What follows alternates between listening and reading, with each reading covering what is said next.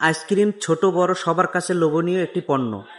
বিশেষ করে প্রচণ্ড গরমে, রোদের তীব্র খরাতাপে শিশু, তরুণ তরুণী, যুবক যুবতী সহ সব মানুষের প্রাণ জুড়ায়।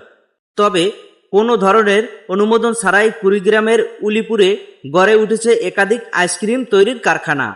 এসব কারখানায় নোংরা পরিবেশ ও বিষাক্ত কেমিক্যাল দিয়ে তৈরি হচ্ছে হরেক রকম ব্র্যান্ডের আইসক্রিম। উপজেলার বিভিন্ন এলাকায় গড়ে উঠেছে এসব আইসক্রিম তৈরির কারখানা। স্থানীয় জনপ্রতিনিধি সহ প্রভাবশালী ব্যক্তিবর্গ গড়ে তুলেছেন এসব কারখানা। উপজেলার হাতিয়া ইউনিয়নের পুরাতন অনন্তপুর বাজারে ৩ নং ওয়ার্ডে নিউ হ্যাপি সুপার আইসক্রিম এবং দফাদারের মোড়ে গড়ে তুলেছেন বনফুল সুপার আইসক্রিম। তকবপুর ইউনিয়নের রেলগেট বাজারে সাথী সুপার আইসক্রিম সহ নামে বেনামে বেশ কয়েকটি অবৈধ কারখানা গড়ে উঠেছে। তবে সরেজমিনে দেখা যায় আইসক্রিম তৈরির কারখানার কোনো বৈধ কাগজপত্র নেই। এসব কারখানায় শিশু শ্রমিকের সংখ্যাই বেশি, যা শ্রম আইনে পরিপন্থী। তাদের কোনো প্রশিক্ষণ কিংবা পরীক্ষিত কোনো পোশাক কিংবা সরঞ্জাম দেয় না মালিক পক্ষ। অবৈধ এই কারখানায় অস্বাস্থ্যকর পরিবেশে তৈরিকৃত আইসক্রিম খেয়ে স্বাস্থ্য ঝুঁকিতে রয়েছেন তরুণ, যুবক, নারী ও শিশুসহ সাধারণ মানুষ। তবে স্থানীয়দের অভিযোগ, উপজেলা প্রশাসনের সঠিক নজরদারি না থাকায় ও স্থানীয় প্রভাব দেখিয়ে দীর্ঘদিন ধরে চালিয়ে যাচ্ছে অবৈধ এই আইসক্রিম কারখানা। যেমন চকলেট, নারিকেল, বাদামি, দইও এখানে তৈরি হয়। দই আইসক্রিম, হ্যাঁ।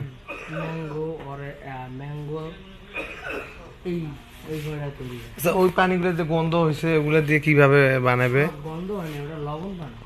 হ্যাঁ, দেখি, যা আসো তো দেখি।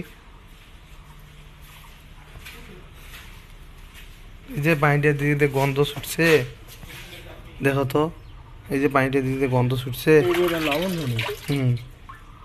গন্ধ ছুটছে, এটা দিয়ে কি হবে বানাবেন? কি বানাবে এটা দিয়ে? কি আইসক্রিম? তাহলে দেখি দেখি। এই যে গন্ধ দিয়ে বাড়াইছে, এই যে একটা যে গন্ধ। না, এটা গন্ধ না তো। এটা গন্ধ না।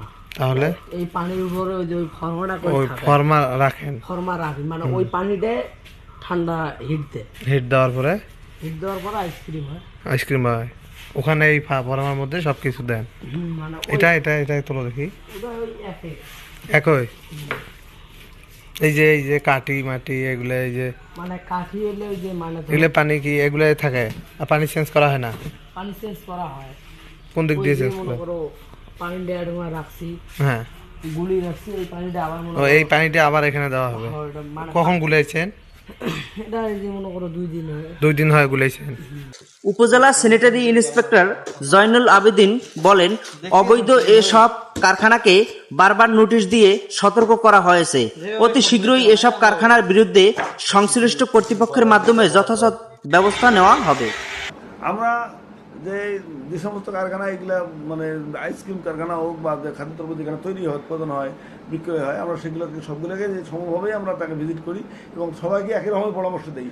পরামর্শ দেওয়ার পরে তারা যদি পরামর্শ এবং এই আইনগুলো প্রতিপালন না করে, তাহলে তাদের বিরুদ্ধে আমরা আইনগত ব্যবস্থা নেওয়ার জন্য ভ্রাম্যমাণ আদালত, মোবাইল কোর্ট এবং জেলা ম্যাজিস্ট্রেট ও ভোক্তা অধিকারের মাধ্যমে জেল জরিমানা এবং সে ব্যবস্থা আমরা করবো। খুব শীঘ্রই এটা আমরা করবো আর কি।